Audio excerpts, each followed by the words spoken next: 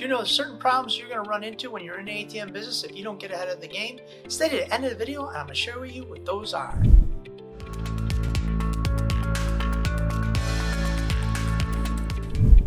Hi, I'm Phil from PDQ Merchant Enterprises and the ATM Mastermind group page, and we help 100 aspiring ATM business owners go from 0 ATMs to ATM Business Pro in as little as 30 days.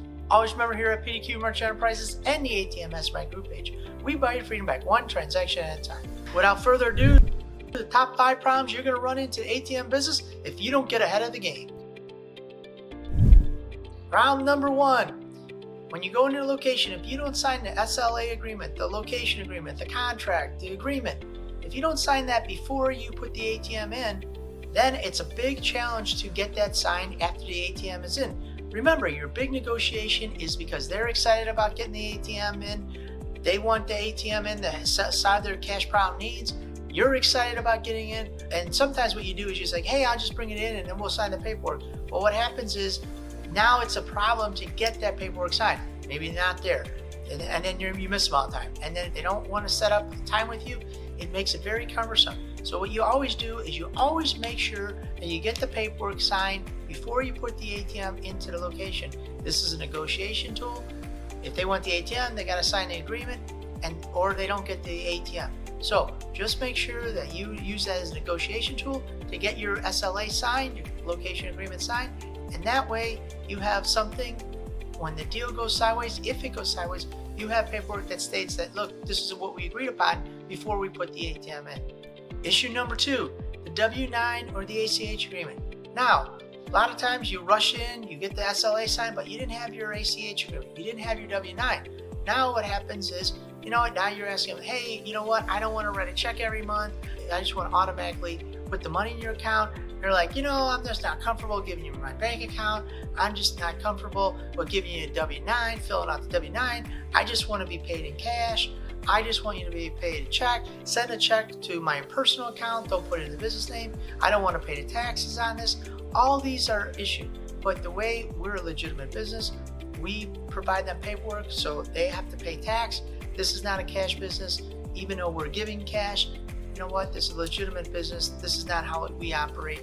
Anyways, you clearly explain in the beginning of the deal, this is the ACH, so we can put the money in your account. You want us to pay you. They might even at that time say, hey, can you pay us by check? You know what? We don't pay by check. We're in the 21st century now. And you know what? We pay everybody by ACH. Or here's a W-9. And you know what? At the end of the year, if you make $600 or more, then we have to issue what they call a 1099. Now, this is a little something that the business owners may not know. The 1099, all it states is that their business at least earn $600. It doesn't say that their business earned whatever they earn plus $600. It says that the business owned at least $600. So sometimes the business owner says, well, I don't want to be taxed on this. Hey, everybody's got to pay taxes. It's the way it goes. However, the W-9 just says that your business has to at least earned $600 or more, or whatever the amount of money that you paid them in commission. So if you're thinking about starting a profitable ATM business but didn't know where to start, stay to the end of the video and I will share with you our checklist entitled ATM Business Passive Income Checklist. The 5 things you need to know to start your profitable ATM business so you can earn a passive income source for your family. You'll have a clear roadmap towards ATM business success so you can earn between $250 and $1,500 in passive income every single month. All right, let's get back to the video. Point number 3, this is a deal breaker for me. Maybe it's not for you, but we always tell the people we're going to bolt down the ATM. So point number 3 is bolting down the ATM. Sometimes business owner says, yeah, no big deal. And sometimes they say, you know what? It is a big deal. I don't want you to bolt it down.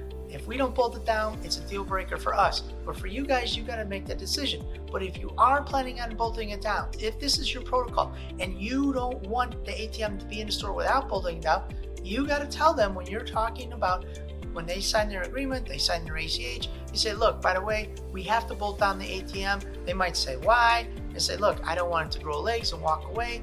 Have a cute little saying. That's my cute little saying. You guys are free to use it. That way, it's like, look, I got thousands of dollars sitting in this ATM. The ATM's thousands of dollars. I don't want to walk up here in the middle of the night and leave. So we bolt it down. And then you let them say, oh, and you just say, look, holes are just going to be as big as my little finger. It's not a big deal. Nobody's going to even know because it's going to be under the ATM. For us, We always spell that out in the beginning, and that's how we set the deal up right. Point number 4, this is always a big one. If they don't own the location, get the landlord's number. You never know when the store owner in the middle of the night is going to get up and leave and go out of business. And now you don't know who to get. Sometimes it'll take 2, 3, 4 weeks, sometimes months, because now the store owner's gone. You call the store owner, they don't answer the phone, and now you don't well, who owns the building? You have to do some research. You have to wait for a realtor to come and rent the place out. Sometimes that's right away, sometimes it's not. There might be some litigation that he has to go after the old business owner. Meantime, your ATM's in there not making any money, and your ATM's in there usually full of money. So if somebody breaks in the store, steals your ATM, you're out. You lose out. What you have to do is get the landlord's number in the beginning. That way you can have a number to call just in case the business owner goes out of business and is gone. And point number 5, dealing with an absentee owner. So if you're dealing with the absentee owner, maybe the first time you meet the owner and you got the location agreement, you put the ATM in, and now you know what, there might be some changes, and now you need to get a hold of the owner. The owner's never there because he's not on property.